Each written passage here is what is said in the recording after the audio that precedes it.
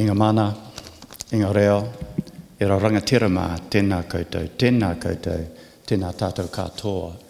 Shalom and good evening. And can I just acknowledge our wonderful performer?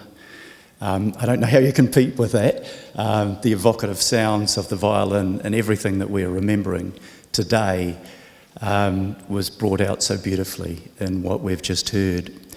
Can I acknowledge Dame Patsy Reddy? Thank you for being the patron of the Holocaust Centre and for being with us today. Can I acknowledge our survivors? You really are our taonga. You are a reminder of the events that happened in your living memory, and lest we not forget that. And can I acknowledge the families of survivors? And to Deborah and to Helen, thank you for the insights that you gave us into the lives of your families, which is a reminder that when we talk about 6 million Jewish people being murdered, we're not talking about statistics. We're talking about real human beings who loved and were loved, and we should not forget that. Can I acknowledge all our elected representatives today, Deputy Mayor and Councillors, local board members, members of Parliament, members of the Diplomatic Corps who are with us, distinguished guests, and ladies and gentlemen. Today, we're all here because it is Holocaust Remembrance Day. So what are we remembering? Well, firstly, we're remembering the victims and the survivors and their incredible suffering and the need for our commitment to ensure that we do everything to prevent a reoccurrence of what happened. We are acknowledging those people who risked their lives to save some of the people that the Nazis were hunting. We remember with shame how our countries closed our borders to people struggling to escape from oppression and left them to their fates.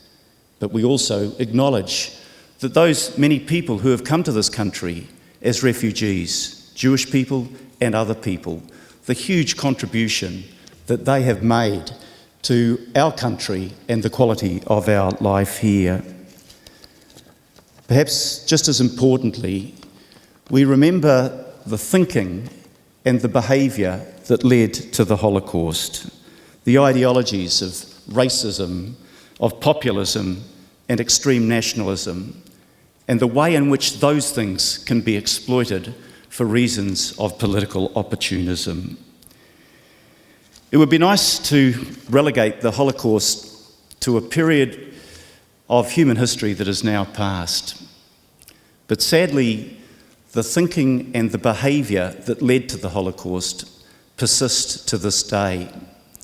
Since the end of the war, we have seen appalling genocide in Pol Pot's Cambodia, in Rwanda, in the Sudan, the treatment of the Rohingya people in Burma, and many other cases.